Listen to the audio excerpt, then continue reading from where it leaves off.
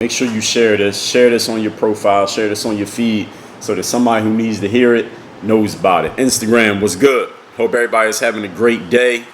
We ain't even going to say the evening because it's 5:15 Eastern on the East Coast. It is a little bit earlier than that everywhere else in the United States. And hopefully for those of y'all, for my international team, hopefully this is a little bit earlier for y'all so that you ain't got to stay up as late to make sure you catch the value that I'm dropping here. So everybody, we are here. In case you were wondering if it was going to be over. It'll never be over. We are here back again. Welcome. Today is Wednesday. I'm glad that you have joined. Congratulate yourself on this decision. We're going to get to that in a minute. As y'all come in, tell me your name and location in the comment section on Instagram, on Facebook. Make sure you go ahead and share this on your, on your timeline over there on Facebook. Make sure you share this on your timeline. Mateo from Croatia with the first comment over there.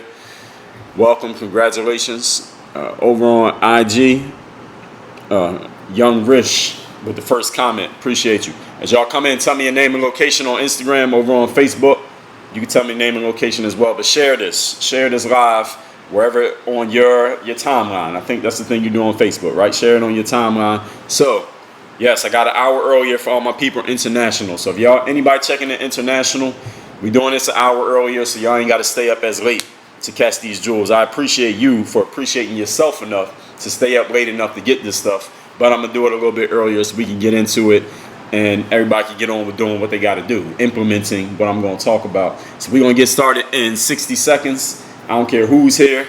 My name is Dre Baldwin. For those of you who don't know, we're getting started in 60 seconds because, as I say every single day, to be on time, to be early is to be on time. To be on time is to be late, and to be late is to be forgotten. So anybody who is late, they already know the time. Y'all got to show up. Let them know. Share this, whatever. Mary says, I'm not understanding, but let me stay here. Maybe I can get something. Yes, stay here, Mary, because you absolutely will get something. There's no maybe. All right, there is no maybe. You are absolutely going to get something. Turn the volume up. Prop your phone up somewhere where you ain't got to hold it in your hand, because I'm gonna give you some value that you're gonna want to go grab a pen and paper and take notes on this. Trust me, because that's what I do. If you didn't know, you're gonna know by the end. You're gonna learn today. All right, trust me, you will learn today, Mary. You are in the right place at the right time. As y'all come in on Instagram, tell me your name and location. We're getting started in 60 seconds. Tuba checking in from Barbaria. Adrian checking in from Barbaria. Yes, I'm doing it earlier, so I want to make sure that this will work for the international audience. At least a little bit earlier than before, hour earlier. Hour's a long time. Because like I say, to be early is to be on time is to be late is to be forgotten. We're getting started in 20 seconds. I'm going to introduce myself right now. For those of you who don't know me, my name is Dre Baldwin, also known as Dre All Day. I'm a former 9-year professional basketball player and author of 26 books. I've created over 7,000 YouTube videos. Go look them up. Over 7,000 articles I have written. You can Google me. I've published over 1,400 episodes of my daily audio experience that some of y'all call a podcast. That's daily, not 1,400 randomly, not 1,400 interviews either. 1,400 master classes of me giving you value just straight up every single day for 1,400 days straight. That's over 4 years. My show started a little bit over 4 years ago to date. What else have I done? I've done a lot of other things. I've done a couple thousand of these live streams right here, and several other things that we ain't got to get into at this moment. We'll get into them later, and I'll tell you about these books you see sitting in front of me. We'll talk about these later as well. What I want to talk about here today, first of all, before I even talk about what I'm going to talk about, I want to congratulate you on making the excellent decision to be here, because you could be anywhere right now. You got internet access. You got a smartphone. There's 1,000 different things you could be doing on that phone right now, but you're paying attention to this, or that computer, tablet, whatever.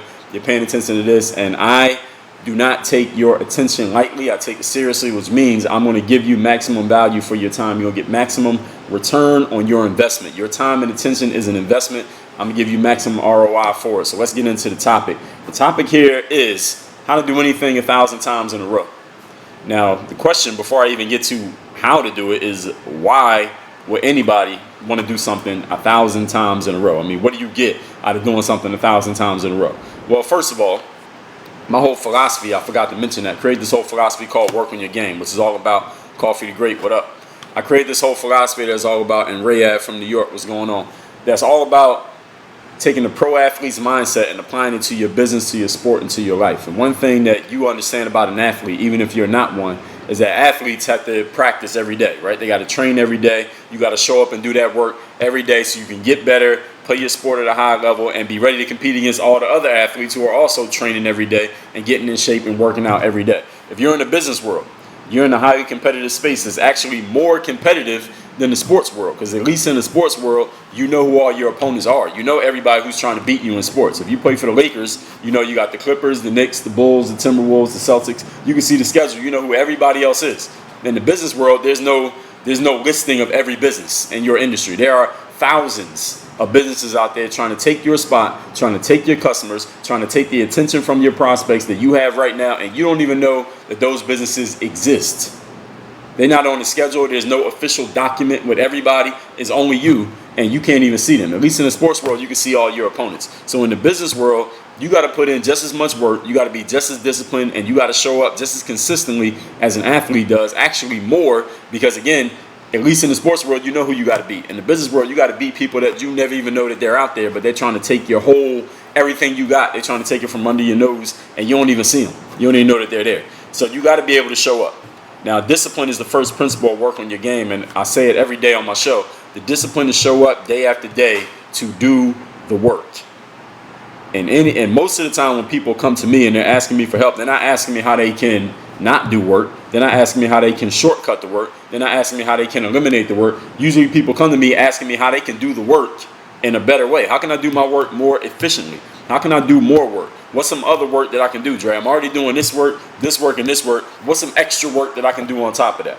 Now, why is that? That's because of my message and the tone of my message. Those are the type of people that I attract. People who understand that they're going to have to put some effort in to get a result. So nobody comes to me looking for a shortcut or looking to not do the work or looking to be lazy, because this message does not attract those type of people. So if you're listening to me right now, we're not even worried about those individuals, because they would never tune in to something called work on your game. That already sounds like something that they're not interested in. So all of you who are interested, you understand you got to do the work. You might not be that excited about the work, but you understand you got to do the work because you see it, at least worst case scenario, as a means to an end. You might not love doing the work, but you understand that when you do the work, you will get to a result at the end. I think everyone here who's listening to me right now fits that description. So what I'm going to talk about here today is how you develop the discipline and how you develop the mindset that will allow you to show up every single day or every single time. It might be once a week, it might be every day, it might be once an hour, whatever it is for you, whatever the cadence and the frequency is for what you're doing. How can you show up 1,000 times in a row and get something done so consistently that not only do you become known for it, this is one benefit you get for doing something. You do something 1,000 times in a row, everybody's going to know you for it. Or everybody who's watching, they're going to really, really know your name for that thing. That's one thing you get. Second thing is you become highly proficient. You do anything 1,000 times in a row, you're going to get really good at doing it. Now, whatever it is you're doing, you're going to be damn good at it after 1,000 times in a row. Another thing you're going to get is you're going to eliminate a whole lot of your competition, because most people ain't willing to show up 1,000 times in a row. Because 1,000 times in a row showing up, you will not always feel like it. You will be tired. There'll be times when you could easily pass up doing it. There'll be times when it would probably make logical sense to not show up, but you're going to show up anyway. Those are just 3 benefits, and I'm going to tell you more as I get into my points here. But the topic is how to show up and do something 1,000 times in a row. And here's another benefit. This is a bonus benefit that I'm going to give you right off top. Most people, when they even think of this topic, show up 1,000 times in a row and do anything. Like, is there anything?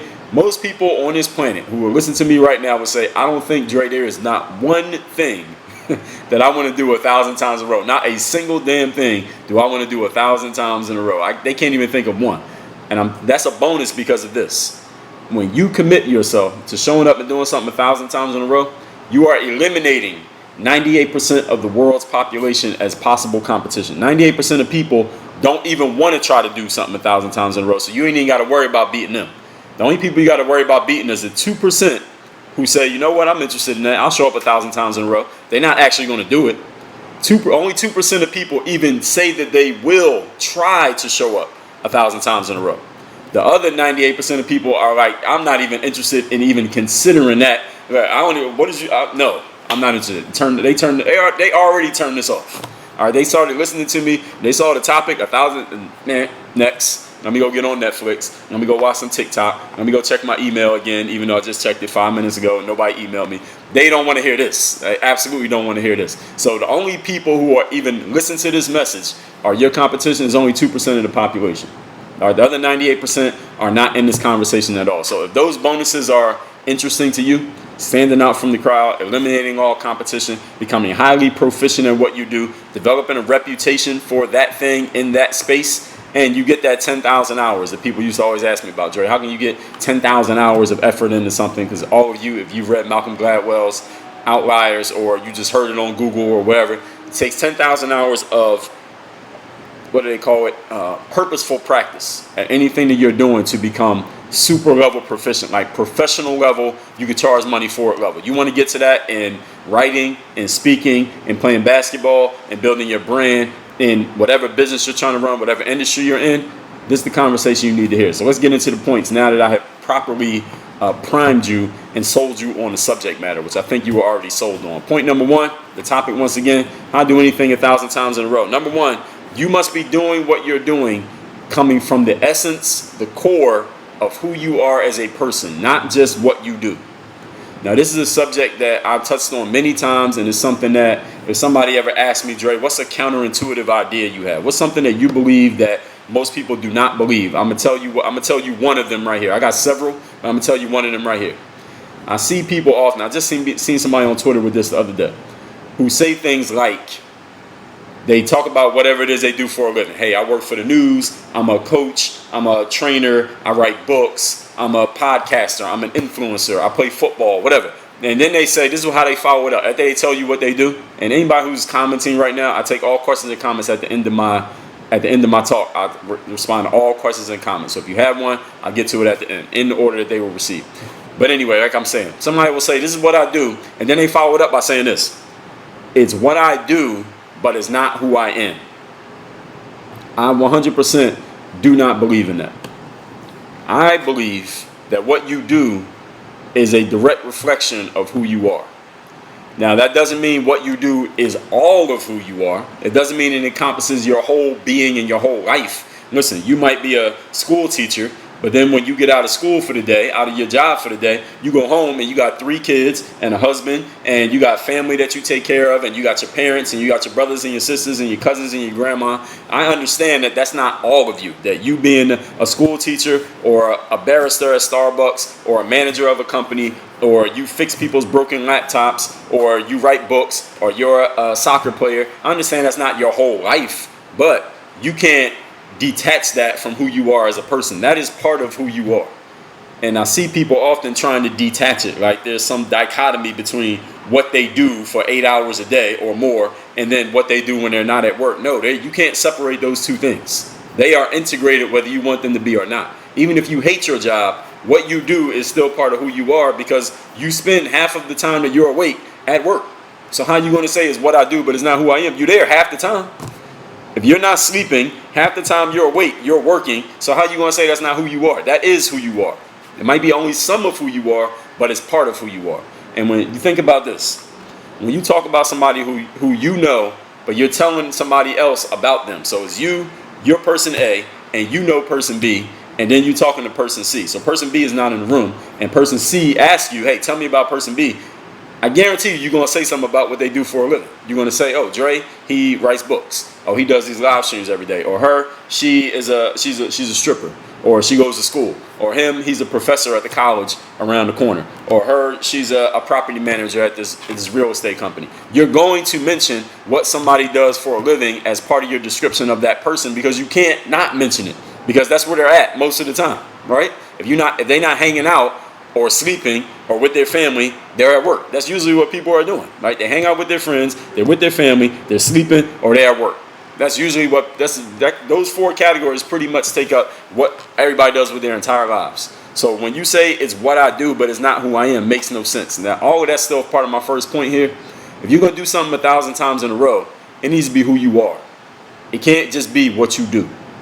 It can't be, well, it's just what I do, but I'm going to do it 1,000 times in a row. No, you won't. You won't make it to 1,000 times in a row. You might not even make it to 100 if it's not really who you are as a person. There has to be something about it that touches the core essence of who you are as a person in order for you to do it 1,000 times in a row. Again, you don't have to love it. It doesn't have to be your life's calling, but it needs to be something in there that will drive you to show up the times when you don't really feel like showing up.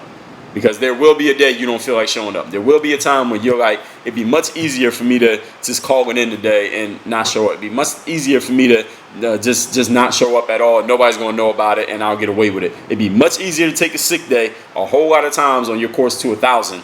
And if you're not doing something that's coming from the core of who you are, it is no way you will show up on those days.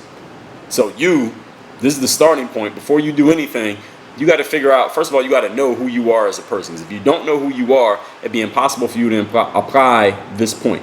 Who am I as a person? What is my core essence as an individual?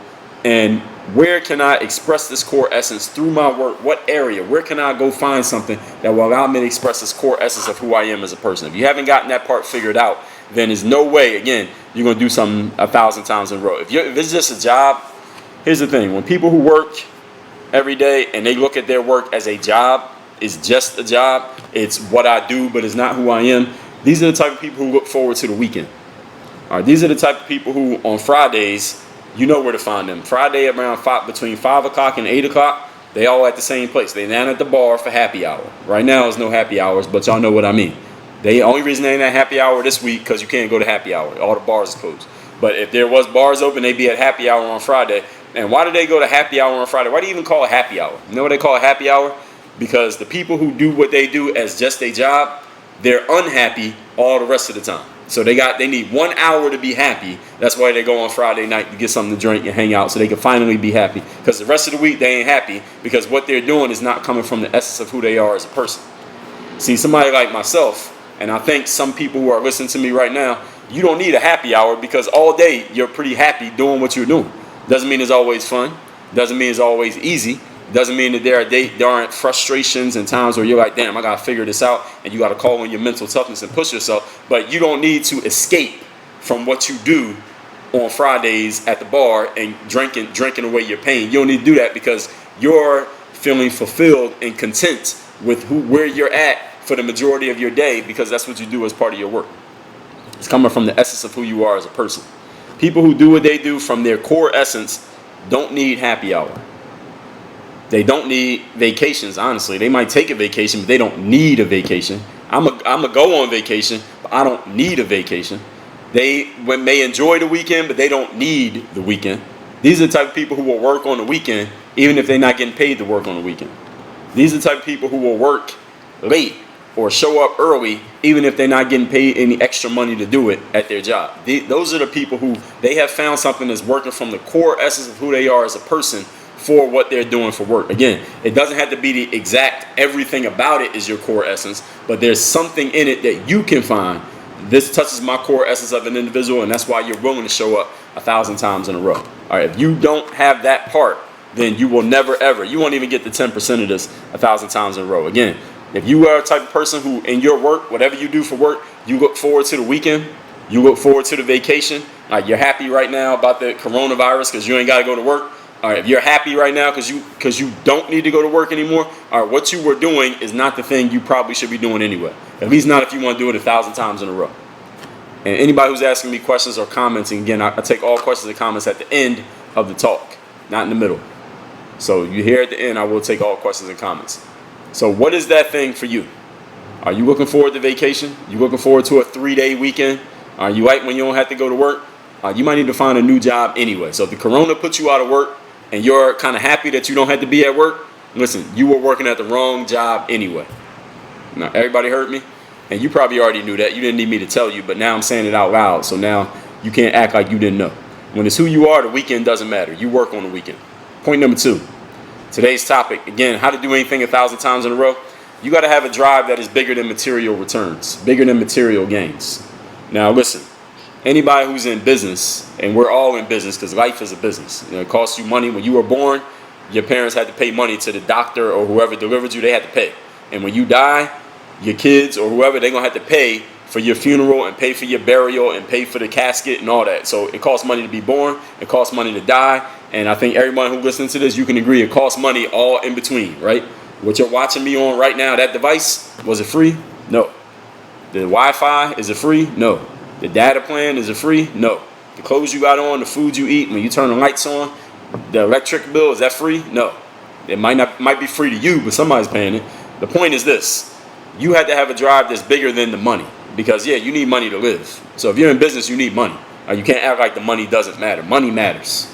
All right, if you're good at what you do and you offer value, there's no problem for you to charge for it, and there should be no problem for your clients to pay for it, because they see the value, you're able to communicate the value, and then you deliver the value. So everybody wins. You win, they win, the economy wins because more money being transacted. It's all good. So money does matter. All right. But that being said, I want you to understand that if you're going to do something 1,000 times in a row, your drive has to be bigger than money. Your drive got to be bigger than $1, because at some point, two things are going to happen. Number one, there's going to be a point where there are no dollars coming in. Maybe when you're first starting out, maybe in the middle of it, maybe at the end, there might not be any dollars coming in. Depending on what type of industry you work in right now, you might be the most successful restaurant builder in the world, but right now your restaurant's struggling, not because you're a bad restaurant builder, but because restaurants ain't open. Like, you can only do deliveries, and you do make most of your money because people come in and sit down. You can't do it right now. You could be the great restaurant business person, but right now you can't make money, so you might be struggling right now for $1. And the only reason you're going to keep showing up is not because of the money, because ain't no money right now. You understand? And when you first start out, it might not be any money. And again, somewhere in between, there might not be any money. So if your only drive is making $1, well, what you going to do when there are no dollars to be made? Or when you're doing all the work, but the dollars aren't coming in, what are you going to do then? If you don't have a drive that's bigger than the money, then there's no way you're going to do anything 1,000 times in a row. Everybody follow me. And here's the other side of it, the other end of that spectrum.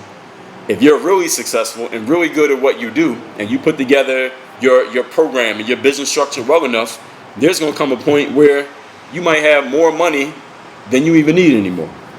You got more money than that. You got enough money that you don't have to go to work anymore. You don't have to show up anymore. You might have only showed up 500 days in a row, but you have enough money that if you never show up again, you're good for life. Now, when you get to that point, what's going to make you show up on day 501? Why would you show up on day 600? Why would you show up on day 800 if you don't need the money? You know that there are people out there who have enough money that they don't have to show up. They don't have to work. Why do they keep working? You know, they say somebody like LeBron, they say he invests $1 million a year in upkeep of his body. But LeBron, if he quit basketball right now, he got enough money. I don't think he plays basketball for the money. Do you? I don't think so. Michael Jordan, the documentary's coming out now. Was Michael Jordan playing basketball for the money? I don't think so. Mike was making more money from endorsements than he was making from playing basketball. So what keeps people like that showing up? What keeps Bill and Melinda Gates going around the world trying to solve Corona now? They were trying to solve water. They were trying to come up with toilets where you flush the toilet and it would create water for people to drink. I seen the documentary on Netflix. Why did they keep working? Why was Steve Jobs still working when he had plenty of money? After the iPod came out and the iPhone came out and the Macs came out, Steve Jobs was pretty rich. Probably a billionaire or close to it, pretty rich. Life, set for life, rich. Way before he died and he was still working. Why was he still working? Why was he still doing the presentations every year at the Apple conference? Why was he doing it? He already had the money because their drive was bigger than $1. So you right now, you might be thinking to yourself, Dre, that sounds great, but right now, I don't need that $1. All right, I get it. But I want you to understand that your drive or the thing that's bringing you to show up, it has to be bigger than just money, because at some point, money might not matter for whatever reason to you, or maybe there is no money to be made. So why are you going to keep showing up? Maybe you got a situation where you show up one day and look, there's no pay for this, but we still need you to show up. Are you still going to show up and do the job at the same level, even though you know you're not getting paid for it? Because if you're only being driven by $1, then that means you can be driven away by $1 too. So what's going to keep you showing up? That's a question you got to ask yourself. And any of you, if you think about it, if you know any person or you work with somebody who only works for the money, they only work somewhere because of how much they're getting paid, or they only really show up and give effort based on how much they think they're going to get as a result, then they don't give their best because they only give up to the level that they think they have to just so they can get whatever it is that they want. Some people might call that greed. Some people might call it selfishness. But you ain't got to call it anything, because you can notice it. You can sense it in a person when they're only doing something based on what they think they're going to get. A person who is really driven from the essence and core of what they're doing, they do things based on what they can give. Now they still receive. Listen, trust me, I'm not saying that it's a charity. Listen, I don't run a charity. I run a business. But I don't think anybody could ever say, well, Dre, you only be doing what you're doing because you think you're going to get paid for it. That nobody could ever say that about me.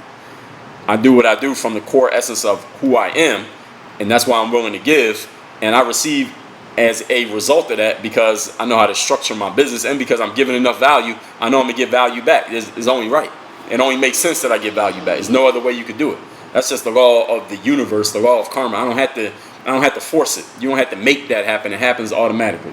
And that's a different conversation for a different day. But I want to make sure that deeper conversation for a different day. I want to make sure y'all understand that you can't just be driven by the money. It can't just be about money. It can't just be about a dollar. It can't just be about what am I going to get? Because everybody here understands the law of karma, right? The law of karma is you give in essence to what you're going to get. Whatever you give is what you get back. Whatever you put out is what you get back. Kevin Tarker, what's going on? Whatever you put out is what you get back, right? So if you're a type of person who's only worried about what you're going to receive and all you're focused on is what you receive, well, how are you ever going to receive anything? You're never putting anything out there. So eventually, even if you receive a lot, you could be the Scrooge McDuck selfish person, and all you're worried about is what you get from other people, and it'll work for you for a little while. This will work. You're smart enough and cagey enough, you'll make this work for you for a little while, but eventually the universe, that invoice is going to show up, and that invoice got to be paid. All right, and unlike some loan shark or the phone company or even the IRS, if you owe money, no, not the IRS, but if you owe money to the universe, all right, you're going to pay. All right, one way or another, you will pay, and they might take it from you in a way that you didn't want it to be taken from you. But if you're not giving, there's only so far you can receive, and anything you receive that you didn't give equally for or more for, it will be taken back from you. And again, like the repo man, maybe in the middle of your sleep, you didn't even know what was happening. Point number 3, the topic here for those who came in the middle of this is how to do anything 1,000 times in a row. And anybody who got a question or comment, I will take them at the end. This is the 3rd point. I got 4 points. This is the 3rd point. If you're going to do something 1,000 times in a row, you got to commit. This sounds like a simple enough concept. This could have been point number 1, but I'm telling you right here, you must commit. What does commitment mean? Because everybody here has heard of commitment. Everybody knows what I mean. When I say commit, everybody, I think if you understand English, you have a pretty good idea of what that is supposed to mean. But what does it actually mean to commit? To commit means, anybody here who's married, you understand what commitment means, or at least I hope you do. Commitment means you say, I'm with this individual right here, and I'm not looking to the left of me, I'm not looking to the right of me, I'm not looking behind me, I'm not looking what's out there, I'm right here, this is where I'm at. And this is where I stayed because I've committed here. This is what I've decided, this is where I'm going to be. Committing means to plant your flag and say, this is the spot that I'm in, this is the square that I'm standing on, and I'm not going anywhere else. Any of y'all, I mean, for the last month, nobody's been to any big gatherings, but you've been to the mall or a shopping center or anywhere where there's this big parking lot. When you get to that parking lot, you drive around, you find a parking spot, right? Then you park your car, you get out of the car, and then you walk to the venue wherever you're going. Now, once you park your car, do you get out of the car and say, wait a minute, maybe I should move to that parking spot, or this car's backing out, let me move to that parking spot. And then you get near the front, oh, there's a spot, or let me move my car to that spot, or no, let me go to that spot back there. No, you don't do that. Once you park the car, you've committed to that parking spot. Now I'm going to go do what I got to do, and I'm not going to keep changing every time that I see something new. The challenge that a lot of people have in life is that they think they've committed to something. They say, I'm in. This is the thing I'm going to do. But then as soon as they see that shiny object over there, now they drop this and they want to go over there. Then they see another shiny object, they go over there. Then they see something else, they go over there. They call it shiny object syndrome. Some of you may have heard of it. Some of you probably have it, if we're going to keep it real. A lot of people got shiny object syndrome. And the challenge with these devices we got these days is that you can see a shiny object damn near anywhere. Anywhere you go on this, you can see a shiny object, and it can distract your attention. It can distract your focus. It can take your money from you. It can take a whole lot of things from you if you got shiny object syndrome with people who have a problem committing. You got to know what you're all in on. I was talking to a business colleague of mine, a friend of mine last week, and she works in the coaching industry, and she was telling me about some of the things that she's doing. I was telling her a little bit about what I'm doing. I was letting her do most of the talking, but then she was asking me questions. She was like, Dre, well, maybe you should do this and this. She was trying to suggest to me that I do some of the things that she's doing because she thinks that I would be good at doing them. But I had to, and I just listened to her politely, but I wasn't doing any of the things that she was suggesting, not because they weren't good suggestions, not because I couldn't succeed in them, but because I'm already committed to the things that I'm doing. And if I have shiny object syndrome, listen, every person I talk to, I can get a new idea of something that I could do, but I can't do everything. I only got, just like you, I only got 2 of these. 2 hands. I can't do everything. Even with people working for me, there's only so many things me, they, us can do. If we're not focused, if we're not committed to the thing that we're doing, you can never go deep in it. And here's the thing about when I say going deep, the more focused and the more committed you are, and the longer you stay committed and focused into something, the deeper your roots go in that thing, which means the harder it is for somebody else to move you out of your spot, take your spot, or beat you at what you're doing. Think about this. All right, right now the Chicago Bulls documentary's out, right? So Michael Jordan, everybody knows Michael Jordan. So when Michael Jordan was in his last three-peat, let's say that last year they're doing the season on, he was like 34, 35 years old. Obviously, he wasn't in his athletic prime anymore. He wasn't Air Jordan anymore, dunking on everybody. He was still doing his thing, but he wasn't as physically athletic. But there were a lot of players in the NBA that year. Look, Michael Jordan's 34. You had dudes in the league 21, 25, 27, 23, way more with more physical gifts, at least in that moment, than Michael Jordan. So why was Michael Jordan still kicking everybody's butt? Why was he still beating them? Dennis Rodman was old. Scottie Pippen was older. Jordan was old. The whole Bulls team was old. Why were they still winning? Now, I understand they had jump shots and people could dribble and defense, but why were they still winning if they were playing against teams of people who had all this physical talent, probably more physical talent, just on a raw scale than the Chicago Bulls had? Why were the Bulls still beating them?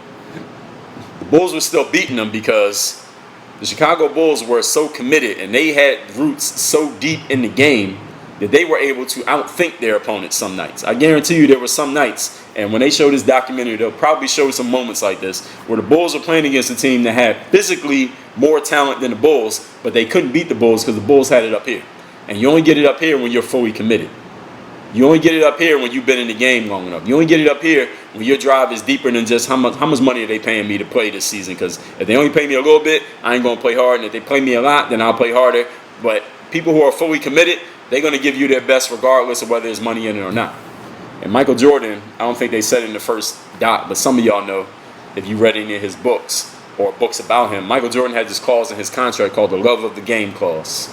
And the love of the game clause went against the normal laws of professional basketball. Because in the NBA right now, damn near every player in the league, there's a clause in their contract that says you can only play basketball in NBA sanctioned events. Meaning, you can't go play in no summertime league, no tournament, no anything if you don't get clearance from the NBA that says you're allowed to go play.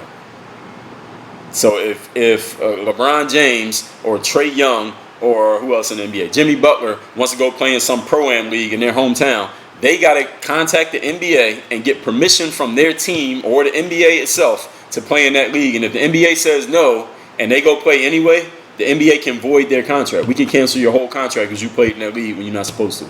Or if you get injured, they can cancel your whole contract because you played in a non-sanctioned basketball event. That's a rule in everybody's contract. Michael Jordan, when he came in the league damn near 40 years ago, this is what he told his agent. He said, I want a clause in my contract that says I can play basketball whenever I want, wherever I want, against whoever I want. And I want it in my contract that nobody, the Bulls, the NBA, nobody can stop me from playing wherever I want. I could play some pickup with some 10-year-old kids. I go play pickup at North Carolina where I'm from. I go play in any summer league that I want, and I ain't got to get nobody's permission. He had to get that written into his contract, and he had it in his contract. Now, I'm telling you that to tell you this. Michael Jordan was making more money than everybody. But he wasn't doing it for the money. He had the love of the game clause in his contract, not because he was going to play in some league and get paid for it. They couldn't pay him more than he was making in the league. He's making $30 million in the league and another $50 in endorsements. No Pro-Am could pay you that much. He was playing for free for the love. He was doing it because it was coming from the essence of who he was as a person, and it wasn't about the money for him. And he wanted the right to do whatever he wanted to do whenever he felt like it. He was that committed to the game. He wasn't committed to his marketing deals or his endorsements or to his contract or even to the Chicago Bulls. He was committed to doing what he needed to do for the game, and all of those things came with it.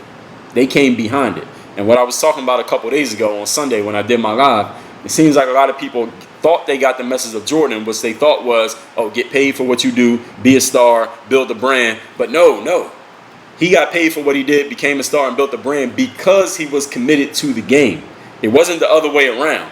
It wasn't get paid build a marketing company, be an influencer, and build a brand, and because of that, now I'm gonna get committed to the game. No, that's backwards. That's what a lot of people do these days. They think I gotta get all the trappings of success, and then I'm gonna start doing successful things. No, you do the successful things first. Then all the trappings will come automatically. You ain't gotta try to get the trappings. They will come to you. They will find you. Michael Jordan didn't have to go look for endorsements. They came to him because he was performing out there on that court, because he was committed to performing. He understood inherently what I'm explaining to you consciously and logically is that when you're fully committed to doing your thing and you do it well, everything that you want will come and find you. So you want to make money, somebody's going to pay you. You want to get endorsements, you want to be an influencer, you want to have followers, you want to get a verified check on Instagram, all that stuff will come find you if you commit to doing your thing as best you can possibly do it. So what is your thing? How does it come from the essence of what you're doing? Are you willing to do it 1,000 times in a row? Listen, if you can say yes to all of those and you start doing it, listen, all the endorsements and all the money and the trappings and the followers and the whatever you want in life, we all want different things, they will all come find you. We still on point number 3 here. We're talking about committing. Now, when I started this show, not this show, but my podcast called Work on Your Game. I call it a masterclass. Y'all might call it a podcast. I started that show wondering if I could come up with a new idea every single day. Now, the reason why I was able to keep it going and still goes to this day, we have over 1,400 episodes to this very day, every single day. The reason why I was able to keep it going is this. I told myself, Dre, you built your brand from the basketball days, 2008, 9, 10. You built your brand on putting something out every single day, coming up with something new every single day, delivering at a high level every single day. You became a pro athlete because you showed up to that gym, the empty gym, by yourself, no fanfare, no nothing, every single day. So if you're going to do this show, it's only right you got to stick to the brand. You got to stick to the promise of the Work on Your Game brand, which is very simple, every single day. You've been following me doing these live streams. How often am I doing these lives? Every day. Because I committed to that. I committed to the brand. It's going to be every day. And when I committed to doing it every day, I came up with ideas every day. And I got over 1,400 episodes of this show every day because I committed to what I was going to do. You got to figure out what you commit to that separates yourself from everybody else out there. And that becomes your distinct advantage. You don't have to be better than everybody, but I can say I got the best podcast or the best live stream out there, but who's the judge? Everybody has a different opinion. So it's better to be different than it is to be better. Because when you're different, you can say, this is the thing that I do. Nobody can say they do it because they had to prove it. If you say you're better than somebody, then it's just an opinion. You can think you are. They can say you're not. Who's right, who's wrong? Nobody. What are you going to separate yourself with through your commitment? Commit to the thing that's going to separate you from everybody else. Point number 4. The topic here is how to do anything 1,000 times in a row. You got to align your effort with your skills and your talents. Now, some of you might have said, Dre, why you ain't say it at the beginning? Well, I could have said any of these at the beginning. All right, we got to put them in order. Whatever you're going to do 1,000 times in a row, make sure you're good at it. Pick something that you have some skill at, something you have some talent in, something that you want to dedicate yourself to, something that you have some natural inclination to, because we're going to keep it real here. You do not develop the will to do something 1,000 times in a row when you're not good at it. That's going to be really, really hard to do. I wouldn't suggest you try that. Doing something 1,000 times in a row, you have no skill, no natural inclination, no nothing. Like you're just trash and average like everybody. And you're going to do it 1,000 times in a row. That's an uphill battle. And the problem with doing that, here's the problem with doing it, because you could do it. The problem is you're going to be competing against people who have skills and talent at that thing, and they're doing it 1,000 times in a row too. So both of y'all start. When you start, you're here. When they start, they're here. And y'all both doing it 1,000 times in a row. So how you ever going to catch up to them if y'all moving at the same pace 1,000 times in a row? They were already ahead of you to begin with. They already had a head start. That don't make any sense for you. That's a bad business move on your part. You try to do something 1,000 times in a row where you have no talent and no skill, no natural abilities. So what you should do, you still want this equation, but instead of you being down here, you want to be up here. Pick something where you already have a head start on the world because you got some natural ability that separates you from all the people out there. What is that for you? I can't answer that question, but you can answer that question if you get to know yourself, if you know who you are. Find out where your skills are. Look at your life. Where have you had an advantage? Where do people ask you for help? Where do people seem to notice that you just have skills that other people don't have? You should know this by the time you're By the time you get into your early to mid-20s, you should start at least thinking hard about it. Even if you haven't figured it out, you need to take time to think about this and know who you are. Know yourself. Know your life. Know what's going on. You can't be in the dark about yourself. You can be in the dark about what's happening over here and what this guy did and what happened on that TV show and what's happened on this team. You can be in the dark about anything else, but don't be in the dark about you. You got to know who you are as a person in order to figure out where you have some natural advantages over everybody else. Because if you're working from a disadvantage, no matter how hard you work, it's an uphill battle that you probably won't win. I'm going to tell you the truth. Now, I know your school teachers and your kindergarten class and your mom and your grandma might tell you can just work hard at anything you want and you can be great at it. That is not true. You can be great at something that you pick the right thing to work at and work hard. You can be great at it. But you got to pick the right thing. You can't just be great at anything.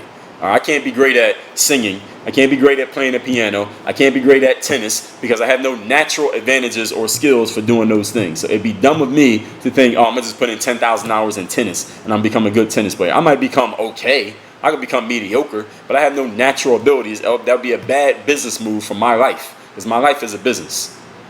Each one of your lives is a business. So you got to make smart business decisions about where you're going to invest your time. Because if you invest the wrong time in the wrong things in your business, you're going to run your business into the ground, your life, literally into the ground, like the casket. And now all that talent that you had, you wasted it because you were trying to do this thing, and this thing, everything except the thing you should have been doing. And now you ain't got no time left. And now we'll never know. So anyway, doing the things that align with your talent maybe feels better than doing something that you're kind of pushing yourself. You got to drag yourself. You got to grind. You got to pull yourself to do it. Listen, I've been in those situations, but anytime I was in those situations, and I'm going to make sure I address this, because sometimes people say, well, Dre, what if I'm doing something right now that's not really my main thing, but I'm trying to get to it? What if right now you're waiting tables, but you really want to be an actress? Or what if right now you're working at Foot Locker, but you really want to be an author? Or what if right now you're a garbage man, you're picking up trash every Tuesday, but you really want to be a overseas professional basketball player? I get it. Sometimes you got to go through that just to get to where you want to get to. Even when you're in that space doing those things, you still should be putting some of your mental capacities into getting yourself ready for where you really want to be. Go read the books, go watch the videos, go buy the courses, whatever you got to do to get that information to keep your mind on the place you want to be so that you don't get lost in the place that you're at. Because physically you could be anywhere. You might have to go to some places you don't really want to go physically sometimes in life, but mentally you could be wherever you want to be. Y'all follow me?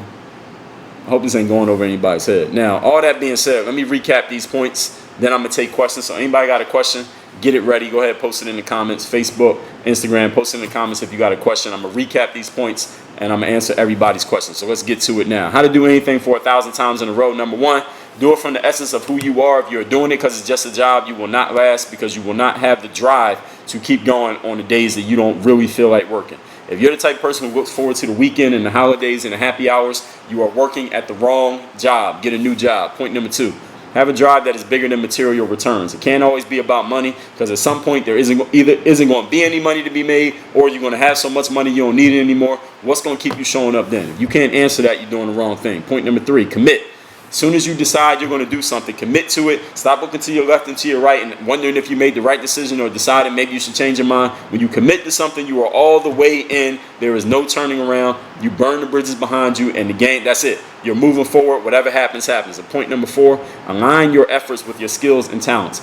Pick something that you have some natural inclinations, some natural abilities, some natural skills at. Do not try to grind yourself down and push yourself to do something that you are not naturally good at, because you are competing against people who are naturally good. And when you meet, they will kick your butt all around the globe. You're trying to compete with somebody who has more talent than you. Compete where you have the talent advantage so that you can kick their butt instead of them kicking your butt. All that being said, I'm taking questions now. Before that, let me tell you about these two books that I got laying in front of me. This one right here is called The Mirror of Motivation. This book you can get 100% for free. Let me tell you what the book is now. Subtitle is The Self-Guide to Self-Discipline. I wrote this book so that you can start being the person who you really want to be in your life, so you can start doing what you really want to do, so you can have the things that you truly want to have. Get this book, which means you do all that stuff. You know what this is going to mean for your life? It's going to mean that you are ahead of 99% of people who are doing things they don't really want to do. They don't know who they are as a person. They will never have the results that they want to have. If they even have goals in their life, they will never reach them because they have no idea how to get there because they're not doing it from the essence of who they are as a person. Get this book so you will not have that problem. Get it at mirrorofmotivation.com is the title. Take out the mirrorofmotivation.com. This book is free. You take care of the shipping. Tell me where to ship it. We ship this book worldwide.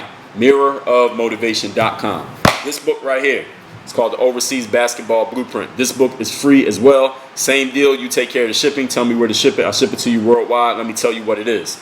This book is written exclusively for basketball players who want to play professional basketball overseas. Even if you came from a small school like I did, if you had no contacts like I did, if you don't have an agent like I didn't, you have no one who plays overseas who could give you any information like I didn't, if you think that nobody has ever paid attention to you, you've been overlooked your whole career, this book is for you. I will show you how I did it, coming from a D3 as a walk-on with no connections, no agent, no scouts watching me, no nothing. Made a 9-year career out of it. I'll tell you how to do it. Get this book. It's called The Overseas Basketball Blueprint. Get it at balloverseas.com. When you follow what's in this book, you will be able to do what 99% of athletes never do, which is get paid to play their sport while you travel the world, and all you got to do is show up to a gym and play basketball for 2 to 3 hours a day. If there's a better job than that, I'm still waiting for somebody to tell me what it is. There is no job in the world better than being a professional basketball player, traveling the world, and somebody else is paying for it. Trust me. balloverseas.com. Get this book. If you have not gotten it yet, I don't know what the hell you're waiting for. balloverseas.com. Now, let me take questions. We got 15 minutes to take questions. So let me see what we got going on here. I might have to go through these quick because I think I've seen a good amount of comments coming through, but they might not all be questions. So we're going to see. If you got a question, post it now because at 6:15, Instagram is going to kick me off because you only get an hour to do a live and they kick you off. Riyadh from New York, what up? Coffee the Great, what's going on? K. Steinman, what's up? Thank you for the comment. Facebook, y'all got a comment or question, post it. Young Rich says, I want nothing more than to achieve and pursue my goal. My circumstances make it different to see the light at the end of the tunnel. What to you is the most important step forward? You got to just keep your mind focused on the goal, first of all, and then you got to give yourself some actions. If you're focusing on the obstacles, then you will, first of all, you're going to slow yourself down because you're focusing on the obstacles. Focus on the things that you want, not the things that you don't want. Read my book, The Mental Workbook. I wrote about that in detail. A mental workbook is available, audio, digital, physical. You can get it at workonmygame.com. Go to workonmygame.com, get the mental workbook. I made that book to help you get focused on what you want so that you stop focusing on the things you don't want. Alan Jacob, 23, what's going on? Checking in from Arizona. How I stay in shape during this time? Same way I was staying in shape before, working out. I run outside. I work out in my living room. Usual stuff. Kevin Tarka, I appreciate you. The Life of Trice. What's going on? Thanks for the comment. Benny JX, what's going on? Philly Bling, what's up? Shout out to Philly. Benny says, how do I find something I'm good at in basketball?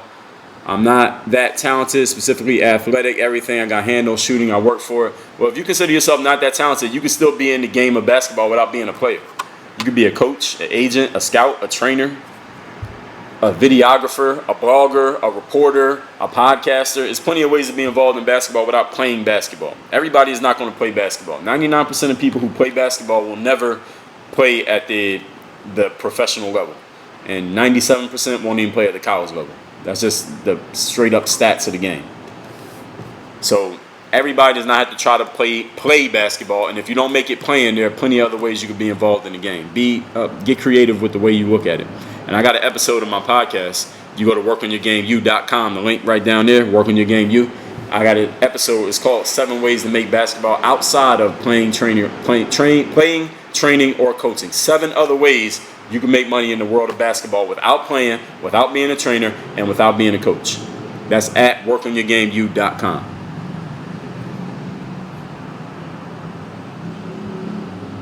Philly Bling says, gotta go, great talk. Oh, that's Iowa. What's going on? Iowa's my high school classmate.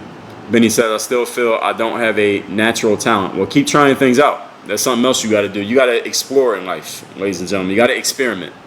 You got to go through life and try things so you can figure out what works for you and what doesn't. And often I see, especially young men, a lot of young men think it's just going to be sports. Well, listen, there's a lot of other jobs you can have in this life besides sports. There's too many young men who think that sports is the only thing they could possibly do, and it's not enough. It's not enough jobs for everybody to become an athlete, and not everybody has the talent to become an athlete even if they wanted to.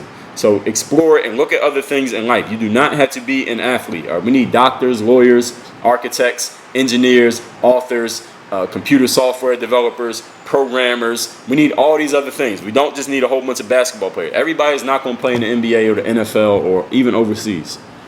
There are plenty of other things you could do. Introspective Ideas says, question, if you align the mental and the spiritual space you're at with where you want to be in life, do you agree that it will speed up the process of you manifesting the life that you want? There's a lot of things that you're asking me to connect there in that question, so I'm not quite exactly sure what you're saying. It's a very long question. Align the mental and the spiritual with where you want to be. Do I agree that it will speed up the process? I don't quite know exactly what. I can't really nail down what you're asking. You have to simplify that question a little bit. It's a little bit too long. But in the mental workbook, I write about that. Taking your mindset and aligning it with where you actually want to be, but then creating a plan to actually get there. So that's all in the mental workbook. You can get that at workonmygame.com. Or if you want to rephrase that question, make it half as long. Coffee to Grace says, how do you balance your work and focus when you have a girlfriend? Make time, prioritize. Make time for the things that matter to you. So work matters to you, it needs time, and if your relationship matters, that needs time as well. Young Rish, have you ever been in a depressive state? If so, how would you get out of it? Luckily, I have not, at least not that I think I was. I've been upset or angry or sad, but not depressive. So if you've been in that state, the best book that I have for it would be the mental workbook, as I just mentioned, third time I'm mentioning it now. And I would suggest if you really think you're in a depressive state, you might want to go see a clinician, like a professional who helps people with that. I wouldn't just get information from a random person on that subject. Young Portia, appreciate you. Mattia over there on Facebook says, is your masterclass better than your books? It complements it. It's not either or. They complement it. A book eventually ends. I mean, you buy this book, eventually you're going to get to the end of the book. There's only so many pages you can put in the book. The masterclass, Work on Your Game University, that's every single day is something new. So if the masterclass was a book, it'd be like this big. You can't even see my hands right now. It'd be too big for you to even carry, because every day it's like I'm adding a new chapter to the book, and it just keeps going. Imagine a book with 1,400 chapters, 10 pages a piece. It's actually more than 10 pages, about 15 pages a piece. I'll take one episode of my masterclass and made it into a written document. It's going to be about 15 to 18 pages. So imagine a book with 1,400 chapters, 1,800 pages a piece. All right, so you can't compare that to a 250-page book. It's not fair for either one of them. Samajinj Training says, once you have some success playing, then stop due to unfortunate circumstances, you want to play again. How do you get motivated to start again? Well, you just said it. You said you want to play again. So if you want to play, then you shouldn't need motivation. If you read the post that I posted on Instagram today, I talked about that, motivation. A lot of people think they need motivation to do what they want to do in life. If you really want to do it, you don't need motivation. You just do it. I don't always feel super excited about writing the next chapter in the book, or recording the next episode of the podcast, or doing a live stream for an hour every day. I don't always feel like it. Sometimes I just want to go lay down or just hang out or do anything other than the thing that I need to do.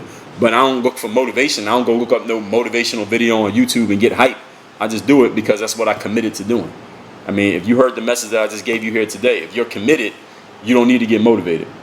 If you're looking for a motivation to do what you're supposed to be doing or what you told yourself to do, my suggestion is you're probably doing the wrong thing. If you need motivation, you're probably doing the wrong thing. Everybody hear me?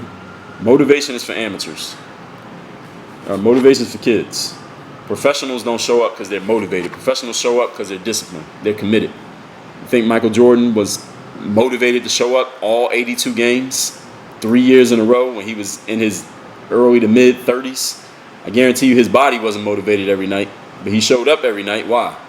Not because he was watching some hype up video before the game. He showed up every night because he was committed to showing up. So if you're looking for motivation, again, maybe you're looking for motivation for the wrong thing.